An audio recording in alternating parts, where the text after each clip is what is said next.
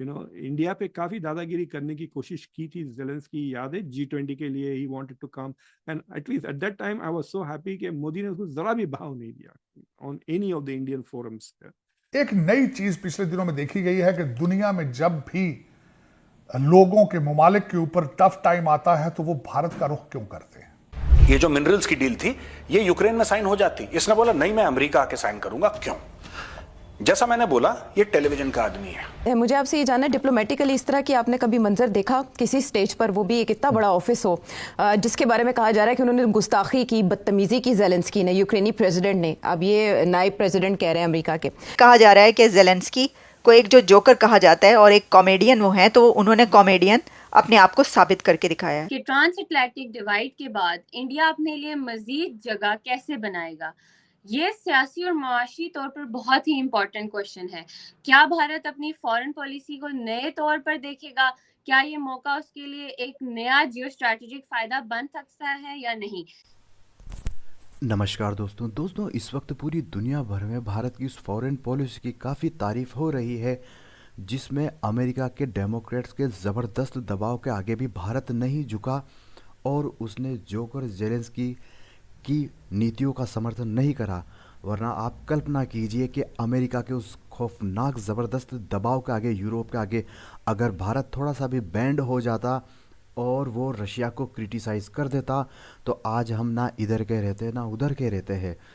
Zelensky जो एक पूरी तरह से एक जोकर है, एक कॉमेडियन था, 2018 तक भी ये एक बहुत बड़ा कॉमेडियन था और इसको अमेरिका का डीप स्टेट बहुत ही प्रोपेगेंडे के तहत यूक्रेन में लेकर आया और ये सीधा रशिया से भिड़ गया और इतना सुंदर देश यूक्रेन को पूरी तरह से तबाह और बर्बाद कर डाला। लेकिन भारत ने बिल्कुल सही किया कि इसको ज़्यादा भाव नहीं दिया।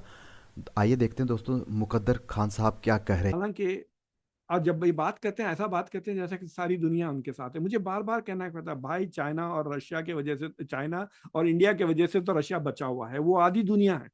सो 50% तो वहीं हो गए। तो डोंट से कि the entire world is behind Ukraine, it is not. India पे काफी दादागिरी करने की कोशिश की थी जेलेंस्की, याद है G20 के लिए ही wanted to come, and at least at that time I was so happy कि मोदी ने उसको जरा भी भाव नहीं दिया on any of the Indian forums.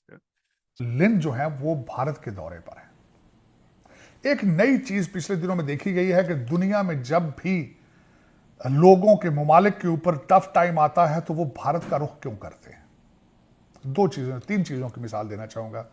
Russia ने अमेरिका की सैंक्शंस और सारे क्राइसिस को किस तरीके से सरवाइव किया, भारत की मदद से सरवाइव किया।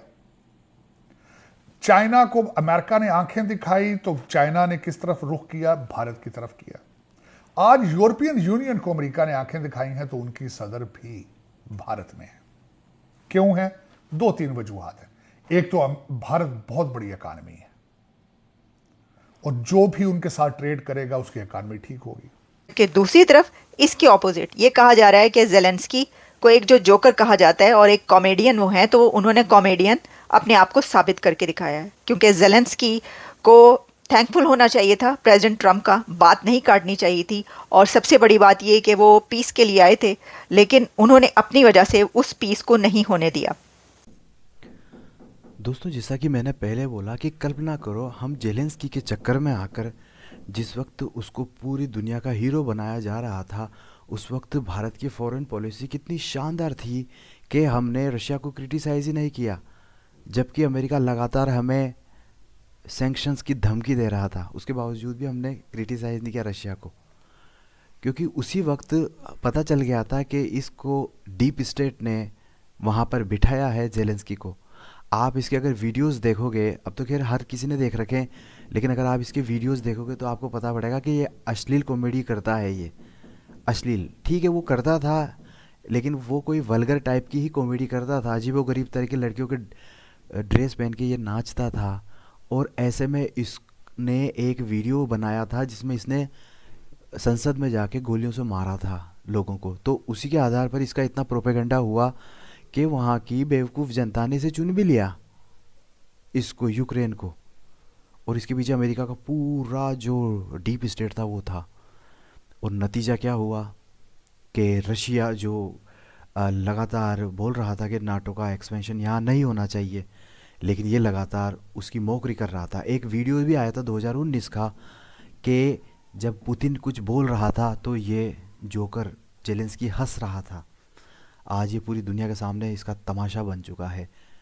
ओवल ऑफिस में, वाइट हाउस में जितना अपमान इसका हुआ है, इतना तो दुनिया में शायद किसी भी नेता का नहीं हुआ होगा कि कोई क्लास का मॉनिटर, मास्टर किसी बदमाश बच्चे को जिस प्रकार से बुरी तरह से डांटता है, सेम वैसा ही इसको डांटा है।